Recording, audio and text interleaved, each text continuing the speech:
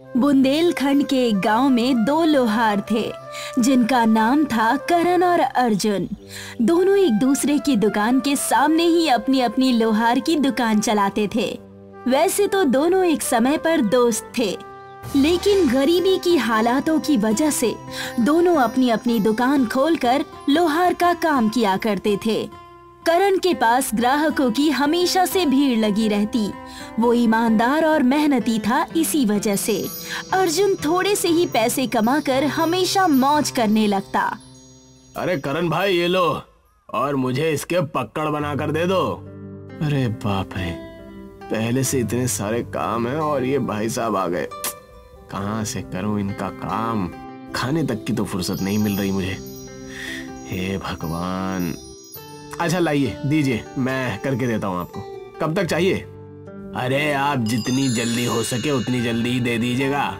क्या है ना, मेरे साले की शादी है तो मैं वहाँ जाने वाला हूँ।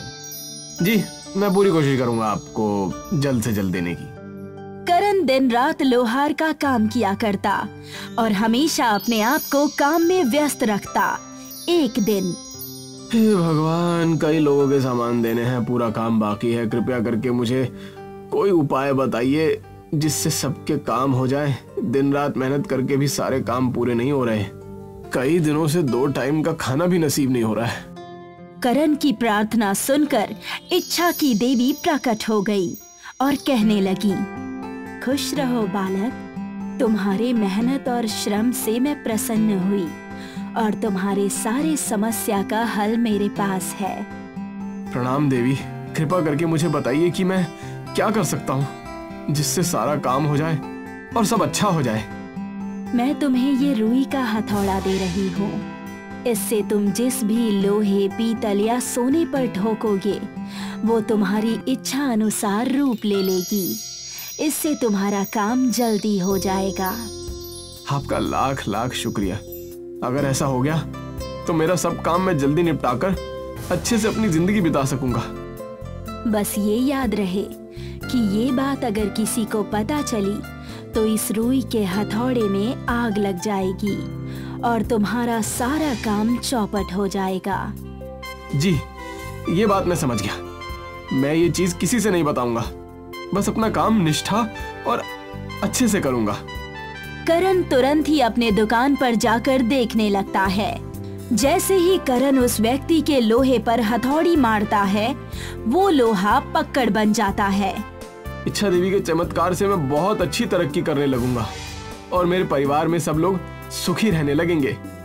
उसी वक्त दुकान पर लोहे का काम करवाने के लिए एक पति पत्नी आते हैं और कहते हैं, जी करण भैया, मुझे और मेरी पत्नी को लोहे और पीतल की 2 बाल्टियां बनवानी थी। जी हाँ, और अच्छी मजबूत बाल्टियां।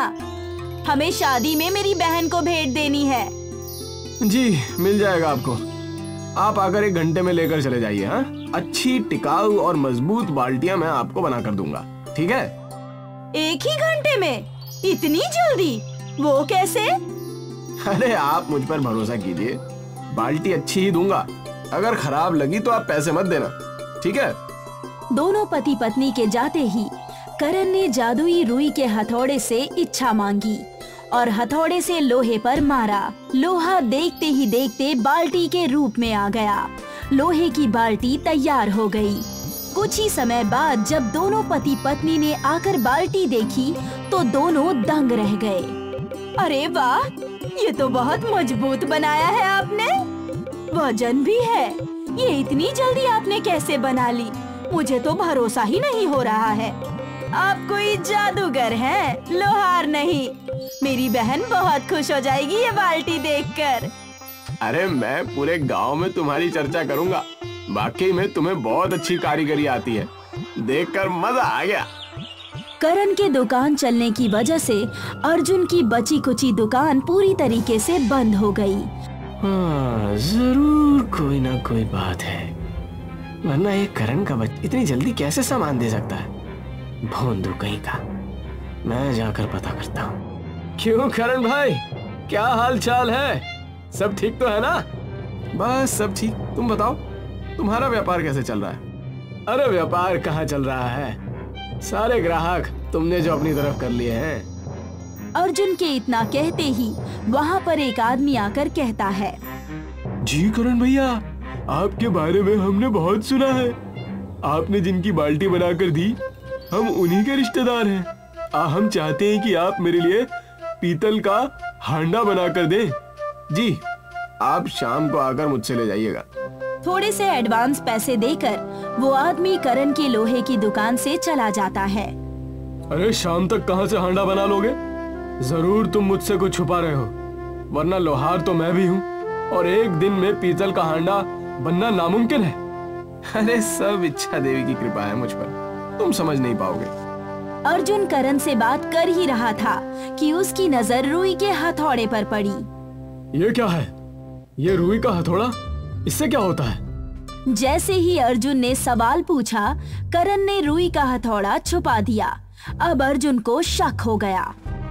हो ना हो, इस हथौड़े में कुछ तो बात है, अभी इसे चुरा कर निकल जाता। अरे करण भाई, तुम्हारी दुकान पर इतने समय बाद आया हूँ, जरा चाय या पानी तो पिलाओ।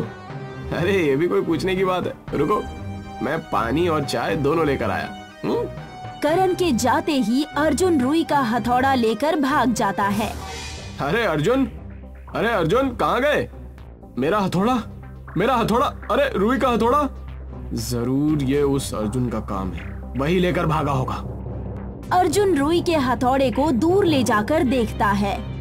ये रुई का हथौड़ा जरूर जादुई है। मेरे पास ये लोहे की अंगूठी है, इस पर मार कर देखता हूँ। जैसे ही अर्जुन लोहे की अंगूठी पर हथौड़ा मारता है, उसका पूरा हाथ लोहे का हो जाता है। अरे ये क्या हो गया? मेरे हाथ लोहे के हो गए। बचाओ बचाओ बचाओ, ये कैसे हो गया? अब मैं क्या करूं? अर्जुन भागकर करण के पास जाता है। अरे बचा लो करण भाई, इस हथौड़ी की वजह से मेरा हाथ लोहे का हो गया। मैंने अपने हाथ में रुई की हथौड़ी मार ली। करण अर्जुन को रोता देख इच्छा की देवी को प्रार्थना करके बुलाता है। हे इच्छा देवी, कृपा करें, दर्शन दे, कृपा करें। बोलो वत्स, क्या परेशानी है? ये मेरा दोस्त अर्जुन है, इसने रुई की हथौड़ी का गलत उपयोग किया। इसके हाथ लोहे के बन चुके हैं, कृपा करके इसे पहले जैसा बना दीजिए और बदले में आप हथौड़ी फिर से ले जा सकती हैं। तुम्हारी ईमानदारी और मेहनत के गुणों से मैं दोबारा प्रसन्न हुई। रुई की हथौड़ी लेकर तुम उसके हाथ पर मारो, अर्जुन का हाथ पहले जैसा हो जाएगा। तथास्तु। इच्छा की देवी के कहे अनुसार करण ने अर्जुन के हाथ पर रुई की हथौड़ी मारी। उसका हाथ तुरंत ही पहले जैसा हो गया। धन्यवाद करण भाई, मैंने तुम्हें हमेशा ताने मारे, लेकिन आज तुमने साबित कर दिया कि तुम कितने बड़े हो। अरे बस कर पगले, रुलाएगा क्या? दोनों लोहार उसके बाद खुशी खुशी रहने लगे। चुन्नी लाल ने पैसा कमाने के लिए आज तक न जाने कितने काम किए। कभी चूड़ी बेची, कभी खिलौने और कभी सब्जियां, लेकिन हर व्यवसाय में उसे घाटा ही हुआ। अब चुन्नी लाल ने एक नया काम शुरू कर दिया। उसने गांव के स्कूल के बाहर एक पानी पूरी का ठेला लगा लिया। आओ बच्चों, आओ आओ आओ आओ, चटपटी पानी पूरी खाओ, आओ आओ आओ। स्कूल की छुट्टी होते ही सारे बच्चे उसके ठेले पर इकट्ठा हो जाते। एक प्लेट पानी पूरी मुझे। नहीं, मुझे पहले। अरे रुको रुको, सबको बारी बारी से पानी पूरी मिलेगी। चुन्नी लाल की पानी पूरी का ठेला बच्चों का रोज का ठिकाना बन गया। चुन्नी लाल भी बच्चों से मीठी बातें करके उनसे बहुत सारी बातें जान लेता। अच्छा बताओ, कल कौन कौन पानी पूरी खाएगा? मैं। ये लो रवि, एक और पानी पूरी। आज तो बड़े खुश लग रहे हो तुम। हाँ, क्योंकि आज मम्मी ने मुझे एक नई सोने की चेन दी है। ये देखो। रवि के गले में सोने की चेन देख चुन्नी लाल की आंखें बड़ी हो गईं। उस दिन उसने रवि को बहुत ज्यादा पानी पूरी खिलाई। बस भैया, मेरा पेट भर गया। कितने पैसे हुए? सिर्फ 100 रुपए। 100 रुपए? मेरे पास तो सिर्फ 20 रुपए हैं। कोई बात नहीं, तुम मुझे अपनी ये चेन दे दो, मैं तुमसे बाकी पैसे नहीं लूंगा। मासूम रवि ने सोने की चेन उस धूर्त चुन्नी लाल को दे दी। कई दिनों तक चुन्नी लाल इसी तरह मासूम बच्चों की कीमती चीजें लेकर उन्हें बेवकूफ बनाता रहा। एक दिन रवि स्कूल से सीधा घर जाने लगा तो चुन्नी लाल ने उसे रोक लिया। क्या बात है रवि, आज तुम पानी पूरी नहीं खाओगे? नहीं, मैं रोज रोज पानी पूरी नहीं खा सकता। मम्मी पैसे नहीं देगी। पैसे की क्या जल्दी है, पैसे मुझे कल दे देना। सच? चुन्नी लाल की बातों में आकर रवि फिर पानी पूरी खाने लगा। वैसे अगर मम्मी पैसे नहीं देती है तो तुम पैसे चुरा लो। चुन्नी लाल की भड़काऊ बातें नन्हे रवि के मन में बैठ गई। अगले दिन रवि अपने घर में रखे रुपए चुराने लगा तो उसकी मम्मी ने उसे चोरी करते हुए पकड़ लिया। रवि, तुम पैसे क्यों चुरा रहे हो?